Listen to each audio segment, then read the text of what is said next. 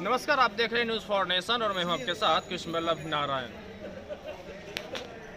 गृह मंत्री के वर्चुअल रैली की घोषणा के बाद सियासी गलियारे में हलचल काफ़ी तेज हो गई और अभी कुछ देर पहले गृह मंत्री के द्वारा जो डिजिटल संभाषण हुआ है उसमें स्पष्ट रूप से क्या क्या बातें हुई हैं हम बात करेंगे। हमारे साथ हैं बीजेपी के पूर्व जिला अध्यक्ष संजय सिंह जी। हम इनसे बात करेंगे कि क्या कुछ कहा है गृह मंत्री ने और ये जो लगातार जो चुनावी अभी खेल अभी शुरू हुआ है इस पर क्या कहेंगे। मैं इसे चुनाव रैली नहीं मानता हूँ। ये माननीय गृह मंत्री जी का भारतीय जनता पार्टी के कार्यकर्ताओं से निरंतर जनसंपर्क का एक माध्यम रहा है, पहले भी करते रहे हैं। लेकिन आप जानते हैं कि पूरा विश्व कोरोना के वैश्विक महामारी से जूझ रहा है, इसीलिए एक सोशल डिस्टेंस का पालन करते हुए उन्होंने सोशल मीडिया के माध्यम से अपने कार्यकर्ताओं से और पूरे बिहार के 72,000 से ज़्यादा बूथों पे अपने कार्यकर्ताओं से जुड़ने का काम किया है। और प्रधानमंत्री जी ने ये बताने का प्रयास किया है, माननीय गृह मंत्री जी ने ये बताने का प्रयास किया है कि हम केवल दिल्ली में बैठे हुए नहीं हैं। हम जो कह के आए थे उस काम को हम कर रहे हैं। हम अनुच्छेद 370 को हटाए, धारा 35A को हटाए। आज कश्मीर और लद्दाख दो केंद्र शासित प्रदेश हैं।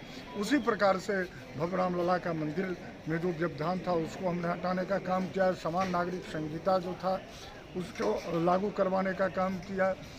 3 तलाक का जो विवाद था उसे समाप्त करने का काम किया। हम लगातार जो आपको कह के आए उस काम को हम कर रहे हैं। कोरोना जैसे वैश्विक महामारी में भी हम तेजस्वी की तरह पटना छोड़ के दिल्ली में चुपचाप बैठे हुए नहीं थे, बल्कि हमने 11,570 करोड़ रुपये विभिन्न प्रदेशों को क्वारंटाइन सेंटर में रहने वाले प्रवासी श्रमिकों के भोजन के लिए, कपड़े के लिए, मच्छरदानी के लिए, अन्य सामानों के लिए मुहैया कराया गया। उनके खाते में पैसा दिया गया, जनधन के खाते में पैसा दिया गया। निरंतर हम इस काम में लगे हुए रहे। लगातार विपक्ष हमलावर बन रही है, चाहे बात करें राजद की या बात करें भाजपा की, तो स्पष्ट रूप से उनका कहना है कि ये अब चुनावी दंगल अब शुरू हो चुका है और बीजेपी ने आगे बढ़ के चुनावी माहौल को अब क्रिएट कर दिया। क्या कहना चाहिए? नहीं, मुझे तो आज एक सुखद आश्चर्य हुआ कि राजद ने भी थोड़ा सा देर से ही सही लेकिन माननीय नरेंद्र मोदी जी की बातों को मान लिया, हमारे प्रधानमंत्री जी की बातों को मान लिया। आपको याद होगा 2 महीना पहले प्रधानमंत्री जी ने कहा था कि कोरोना योद्धाओं के सम्मान में आप ताली बजाएं, आप थाली बजाएं, आप घंटी बजाएं, और आज राजद के लोगों ने उस काम को किया है। तो निश्चित रूप से राजद के लोग को, जैसा आप जानते हैं कि थोड़ा देर से बुद्धि आती है, उनकी सद्बुद्धि देर से आती है। देर से ही सही उन्हें सद्बुद्धि आई और नरेंद्र मोदी जी के बातों का अनुसरण करके आज उन्होंने ताली बजाया है, थाली बजाया है, घंटी बजाया है। आपके माध्यम से हम राजद के तमाम कार्यकर्ताओं को धन्यवाद देना चाहते हैं कि आज आपने नरेंद्र मोदी जी की बात को मानकर उनके लीडरशिप को आपने स्वीकार किया। ये अब आपके भी अच्छे दिन हैं। थाली बजाने के सवाल पे राजद का स्पष्ट रूप से कहना है कि हम मोदी जी उस समय कोरोना भगाने के लिए थाली बजवाए थे, लेकिन आज हम बीजेपी का विरोध करके थाली बजा रहे हैं। आखिर राजद किस चीज़ का विरोध कर रहा है? हमने 11,570 करोड़ रुपया क्वारंटाइन सेंटर में रहने वाले प्रवासी मजदूर के खाने और कपड़े के लिए दिया है, उसका विरोध कर रहे हैं? या हमने प्रवासी श्रमिकों को बम्बई, दिल्ली, पुणे से उनके बिहार और उत्तर प्रदेश लाने का जो काम किया है उसका विरोध कर रहे हैं? नहीं, निश्चित रूप से कोई देर नहीं हुआ। अगर क्वारंटाइन सेंटर एक बार में करोड़ों लोग अगर यहाँ पर आते तो कहाँ पे रहते, उनके भोजन की क्या व्यवस्था होती? हम कोई भी काम जो करते हैं तो एक उसका योजना बनाते हैं और उस योजनाबद्ध तरीके से जब हमारे प्रवासी आए तो उनको यहाँ कोई कठिनाई नहीं। भाजपा ने स्पष्ट रूप से आरोप लगाते हुए कहा कि जिस समय पॉजिटिव मरीजों की संख्या कम थी उस समय लॉकडाउन किया गया और जब मरीजों की संख्या लगातार बेतहाशा वृद्धि हो रही है उस समय आप अनलॉक कर दिए हैं। क्या कहना चाहेंगे? भाजपा लगता है कि अब किताब से भी भूखी हो गई है, दरिद्र हो गई है। भाजपा के लोगों को ये समझना चाहिए कि आज भी भारत का जो दर है, चाहे वो रोग बढ़ने का हो, कोरोना बढ़ने का हो या कोरोना से मरने का हो, वो रेशियो बहुत ही कम है। हम अगर आज उस समय नहीं रोके रहते, अगर आज उस समय हम लोगों को नहीं रोके रहते तो आज हमारी संख्या करोड़ों में होती। आप जानते हैं कि भारत एक सघन आबादी का क्षेत्र है और आज अगर हम मात्र 2 लाख 2.5 लाख, क्या मान सकते हैं कि 5 लाख पे भी जाते हैं। ये हमारा बहुत बड़ा अचीवमेंट है।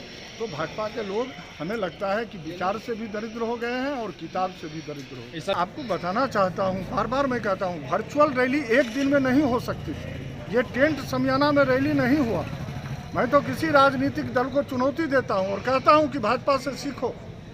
आज प्रत्येक बूथ पे अगर सोशल मीडिया से लोगों ने अगर गृह मंत्री जी की बात को सुना है तो ये एक दिन में नहीं हुआ है। भाजपा इसके लिए निरंतर प्रयास कर रही होगी, तब आज हम 72,000 बूथ पे माननीय अमित शाह जी की बातों को अपने कार्यकर्ताओं को सुनवा। विगत 3 महीने में अब चुनाव निश्चित रूप से होना तय है, तो इसको इस बात से आप कैसे इनकार कर सकते हैं कि चुनावी माहौल नहीं है? भारतीय जनता पार्टी लोकतंत्र में विश्वास करती है। जब जब चुनाव आएगा भारतीय जनता पार्टी मजबूती से उसे फेस करेगी। अगर 3 महीना के अंदर चुनाव होते हैं तो उसे भी भारतीय जनता पार्टी मजबूती से फेस करेगी। लेकिन भारतीय जनता पार्टी किस दिन घर में बैठी रहती है, ये हम आपसे जानना चाहते हैं। वो निरंतर कुछ न कुछ कार्यक्रम, चुनाव हो ना हो, लेकिन भारतीय जनता पार्टी का कार्यक्रम निरंतर लोक कल्याणकारी योजनाएं, समाज के अंतिम पायदान पर बैठे व्यक्ति तक पहुंचने की योजनाएं, अति पिछड़ा, दलित, महादलित, सबका साथ, सबका विकास, सबका विश्वास मंत्र के साथ लगातार इसकी योजनाएं चलती रहती है। और हम लोग पूरा, यानी इस बात को मानने को तैयार नहीं कि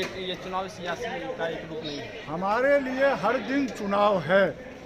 मैं हर दिन को, भारतीय जनता पार्टी के कार्यकर्ता हर दिन को ऐसे जीते हैं जैसे किसी भी समय अगर कल चुनाव हो तो भारतीय जनता पार्टी आपको तैयार मिलेगी। संजय सिंह कहीं से भी मानने को तैयार नहीं है कि ये चुनावी माहौल है। हम एक और कार्यकर्ता से बात करने की कोशिश करेंगे, जानने की कोशिश करेंगे कि क्या है इस पे इनका क्या कहना चाहिए। इस वर्चुअल रैली को लेकर क्या कहना चाहिए? देखिए, जिस ढंग क्या से ये चुनाव की पहले की ऐसी कोई बात नहीं है। हमारे माननीय गृह मंत्री आज दूसरे सरकार की जो आज कार्यकाल का 1 साल हुआ है, उसको लेकर आज जो 6 वर्ष हुआ है हमारे मोदी सरकार का, उसको लेकर हमारे माननीय गृह मंत्री ने आज बिहार जनसंवाद किया, हम लोगों से जनसंवाद किया। लेकिन पता नहीं कि विपक्ष के लोगों को कितनी बड़ी बेचैनी होती है। जिस समय नरेंद्र मोदी ने कहा कि कोरोना योद्धाओं के लिए थाली बजाकर, ताली बजाकर उनका मनोबल को बढ़ाएं, उस समय तेजस्वी यादव दिल्ली के आलीशान मकान में सोए हुए थे। जब बारी आई इस कोरोना के इस महामारी में, जिस ढंग से हमारे नरेंद्र मोदी ने देश और दुनिया में आज अपनी एक परचम लहराया है, तो आज थाली नहीं, आज तेजस्वी यादव छाती पीट रहे थे। वो थाली नहीं था, वो छाती पीट रहे थे।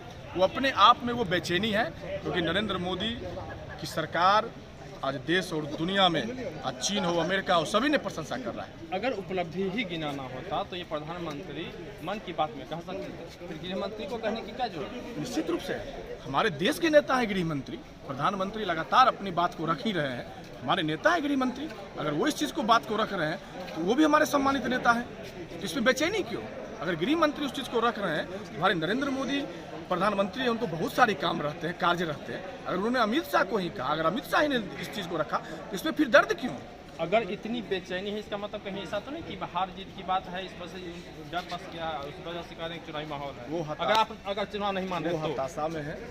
मैं बता रहा हूँ, हमारा गृह मंत्री भी ने कहा कि एनडीए की सरकार बन रही है, 2/3 बहुमत से बिहार में फिर सरकार बनने जा रही है, और विकास के नाम पर फिर जनता समर्थन करेगी। सबका साथ, सबका विकास, और फिर से नीतीश कुमार और सुशील मोदी की जोड़ी बिहार में आने वाली है। आज का जो कार्यक्रम है बीजेपी की तरफ, इसको क्या कहें? जनसंवाद जिस ढंग से किया गया, वर्चुअल रैली की गई, तो क्या ये चुनाव का एक रूप है या नहीं? इसको किस रूप में? ऐसा नहीं है, मन की बात हो, ऐसे भी तो हमारे प्रधानमंत्री आते ही रहते हैं हम लोगों से बात करने के लिए। अगर आज अमित शाह ने 6 वर्ष का पूरा कार्यकाल जो हुआ है मोदी सरकार की, उसकी उपलब्धि को गिना रहे थे, वो जनता को बता रहे थे। लेकिन विपक्ष इसको चुनावी जो दे। भारतीय जनता पार्टी 24 घंटा पुष्ट कार्यकर्ता चुनावी मूड में रहते हैं।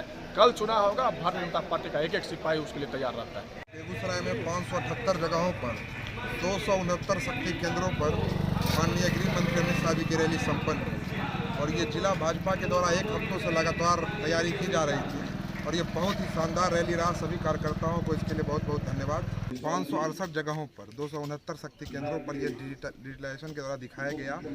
LED टीवी के द्वारा, प्रोजेक्टर के द्वारा, मोबाइल के द्वारा, विभिन्न भाजपा के सोशल मीडिया साइटों पर इसे दिखाया गया, और हम भाजपा के कार्यकर्ता आज ऊर्जावान महसूस कर रहे हैं बिहार में खासकर, कि हमें गृह मंत्री जी ने संबोधित किया और 1 साल की उपलब्धियों से हमें बताया। विरोधी लगातार विरोध कर रहे हैं। देखिए, विरोधी का काम है विरोध करना। विरोध वही करते हैं, गरीब अधिकार दिवस वही बनाते हैं, थाली वही बजाते हैं जो मर्सिडीज की गाड़ी पे घूमते हैं और फार्म हाउस में बैठकर लिट्टी खाते हैं। वो विरोध करने के कहीं से नहीं है। जो पूरे लॉकडाउन में आज तक दिखे नहीं, दिल्ली में बैठे रहे, वो उनका काम है विरोध करना। और भाजपा का कार्यकर्ता सेवा, समर्पण और सरोकार से जुड़ता है और वो अनाज बांटता है, मास्क बांटता है, सैनिटाइजर बांटता है। वो क्या विरोध करेंगे? हम लोग जन जन तक जुड़कर इसकी तैयारियों को कर रहे हैं। बीजेपी के वर्चुअल रैली के कार्यक्रम के बाद हालांकि कहीं से भी कार्यकर्ता मानने को तैयार नहीं हैं कि यह चुनाव से पहले की तैयारी है, लेकिन जिस तरह की बेचैनी विपक्षों में देखी जा रही है, इस बात से इनकार नहीं किया जा सकता है कि ये चुनाव से पहले की सरगर्मी है जो काफ़ी अब रंग दिखाने लगी है। फिलहाल बेगूसराय से न्यूज़ फॉर नेशन के लिए मैं कृष्ण बल्लभ नारायण।